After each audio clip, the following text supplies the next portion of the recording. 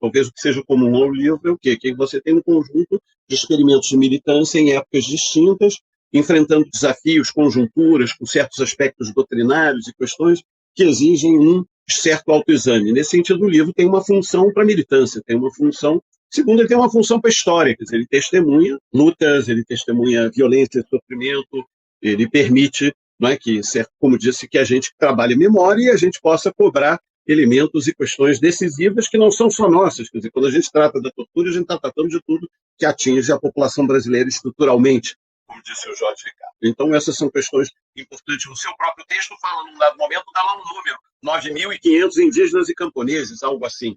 Ou seja, que ultrapassa muito os nossos 400 mortos, ou os nossos 20 mil. Quer dizer, é como dizer, bom, matam 40 mil no Brasil, mas desaparecem todo ano outros 40 mil. Quantos são os mortos? Quantos estão na vala comum que tanto agrada ao Bolsonaro? Então, isso é um aspecto fundamental que mostra a gravidade no sentido que é preciso pontuar uma ruptura. Como fazer essa ruptura sem adotar o mesmo ethos de encarceramento e punição do nosso adversário? Sem copiar a ditadura deles, a gente não contrapõe a nossa ditadura, a gente contrapõe uma democracia e a revolução é uma democracia, mas tem que tomar cuidado que a democracia pode se transformar no seu contrário, pode ser limitada. Então, nós estamos trabalhando uma novidade histórica, que é o segundo aspecto, que é como retomar a ideia de transformação, a ideia de cultura, a ideia de democracia, a ideia de revolução, lendo em cada época o que podemos avançar. Hoje nós olhamos o governo Jango, imagina um latifundiário que era a favor da reforma agrária e das grandes transformações. Nós olhamos o Lula e dizemos, ele foi no limite histórico dele.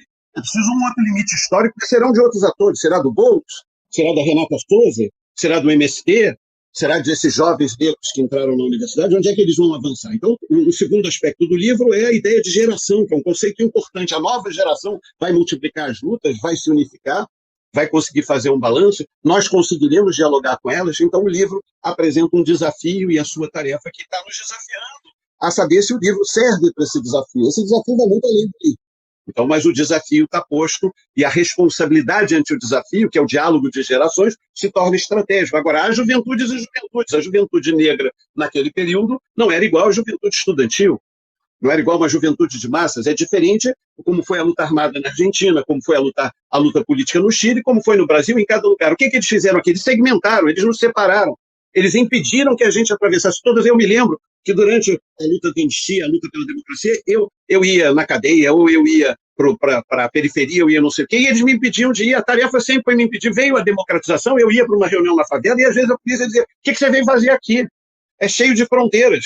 Hoje aumentaram as milícias, aumentaram com o tráfico, aumentaram com os donos do território, aumentaram com as ações policiais, novas barreiras. A sociedade brasileira cresceu, eram 100 milhões, são 200. Quer dizer, nós temos que transformar as cidades em encheram de uma maneira. Então, os desafios, estratégias, as tecnologias, a comunicação. Você está aqui, um jornalista da ferramenta do século XXI. Está transformado. Jorge Ricardo e eu temos que lidar com uma juventude que chega em sala e eu pergunto, tem um livro, não tem celular? Todo mundo tem um celular e aquele celular tem ali livros, memória, possibilidade. Mas eu pergunto, quanto tempo você usa para refletir? Quem leu mais de 20 páginas? Quem viu algo? Quem refletiu? Quem pensou? Então, nós temos uma tarefa sempre política educativa, cultural, como disse o Jorge, nós temos um ofício. E nós sabemos com Gramsci que a função é intelectual, quer dizer, transformar, esse é o medo. Cada vez que a sociedade pensa, ela pode transformar alguma coisa. Nós sabemos, estudamos, nós somos pós-Freud, nós entendemos que uma parte da população se identifica com o poder, se identifica com a morte, é mobilizada pelo medo, cai na compulsão do fetiche. Todos nós somos atravessados pelo fetichismo, pela alienação, pela ideologia. É no interior dela que tem a disputa, é no terreno da linguagem. É isso, eles têm toda a razão. Nós sabemos que é no terreno da cultura que se disputa a hegemonia, inclusive a hegemonia sobre as armas, porque eles, mesmo tendo as armas, não necessariamente podem passar o tempo todo ao ato. Eles podem gerar o extermínio, mas eles não construirão nada. Eles podem produzir o apocalipse, mas não construirão nada. Eles podem ir para a racionalidade? Pode. O capitalismo joga bomba atômica, o capitalismo faz guerra. A gente está assistindo bestializações extraordinárias. A crueldade em Gaza está sendo assistida aos milhões. Eu chego em sala e pergunto como é que meus alunos não param. A gente parava pelo Vietnã. Eu, todo dia vou em sala e digo como a gente não consegue ver o que está acontecendo em relação ao que acontece aqui na periferia, o que acontece... E eles são, em grande parte, da periferia. Mas assumir isso e como isso se traduz, não é, como potência, não é? Por quê? Porque a fuga é necessária. O quilombo é fuga, não é só resistência. É sair da dominação. Como é que a gente sai? Como é que a gente escapa? A nova fábrica era a escola. E o que eles fizeram? Eles destruíram a escola nesse período, e com a pandemia ainda mais, e com as operações policiais não deixam funcionar, e deixaram a míngua, e ainda querem privatizar no Paraná. Quer dizer, então nós temos uma disputa precisa. A centralidade nas questões. Eu acho que hoje a gente precisa definir um campo político educativo. A miséria que eu vi frente à empáfia dos coronéis ali, cheios de grana, enfim, com a violência que estava, não dá para você não ficar indignado.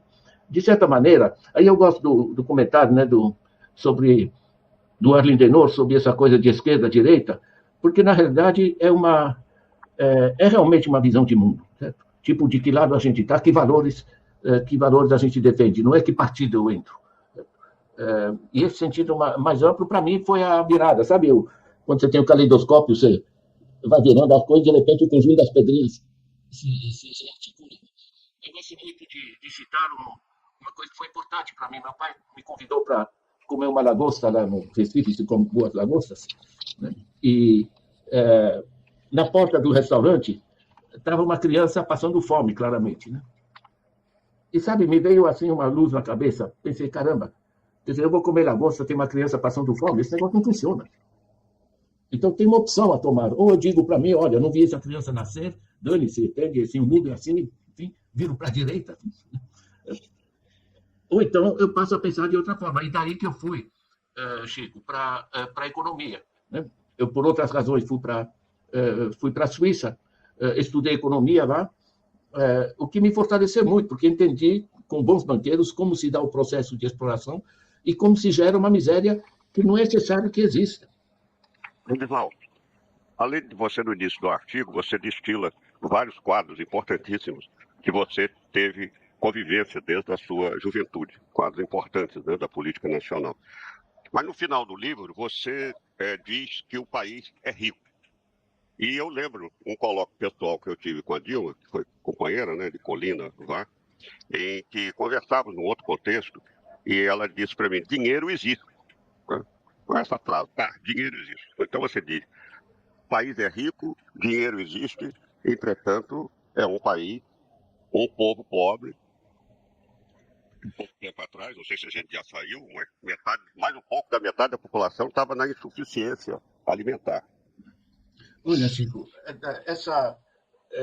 essa visão é extremamente importante, porque o fato de eu ter estudado a economia me deu um embasamento de compreensão da necessidade da luta, que era bastante óbvia.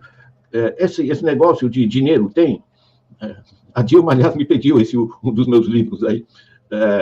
O fato que o dinheiro tem, o cálculo é simples e é importante. Você pega hoje o PIB do Brasil, tá? 11 trilhões de reais. Divide pela população, dá um PIB, o que a gente chama PIB per capita, aí de uns 45 mil. Na realidade, ninguém entende esse tipo de cifras. Eu faço o mesmo número, só que baixo para o chão. Tá? Esse PIB de 11 trilhões, dividido pela população, 203 milhões, isso dá 16 mil reais por mês por família de 4 pessoas. Hoje, tá? Cifras 2023. O que a gente produz em bens e serviços no Brasil é o equivalente a 16 mil reais por mês por família de 4 pessoas. Então, isso é absolutamente escandaloso, a gente ter gente passando fome. Você pode pegar, de outra maneira, você pode pegar a última safra, né, o que a gente produziu só de grãos, tá? Sem falar das batatas, enfim, tubérculos diversos, legumes, fruta, etc. Só de grãos a gente produziu, na última safra, mais de 4 quilos por pessoa por dia. Mas está rendendo mais a gente exportar, né?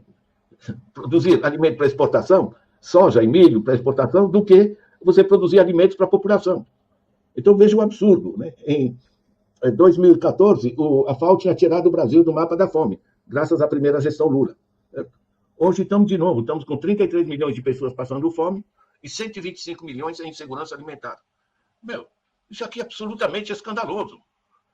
Ou seja, quando a gente pega essas cifras, o 16 mil por mês por família de 4 pessoas, e o que a gente produz de alimento, e temos povo com fome, que o nosso problema não é econômico, não é de falta de recursos. Nosso problema é de organização política e social, e que tem, inclusive, uma imensa dimensão ética. Você ganhar grana por exemplo, produzindo soja aqui, utilizando o solo brasileiro, água brasileira para exportação, e dane-se que o povo está passando fome. E essa demonstração de que se trata de um problema político vem direto com o exemplo do Modi na Índia. Né? O Modi simplesmente decidiu proibir a exportação de trigo e arroz para a população ser alimentada. Irritou os grandes produtores para exportação, sem dúvida, certo? Mas fez o que é necessário. Ou seja, são decisões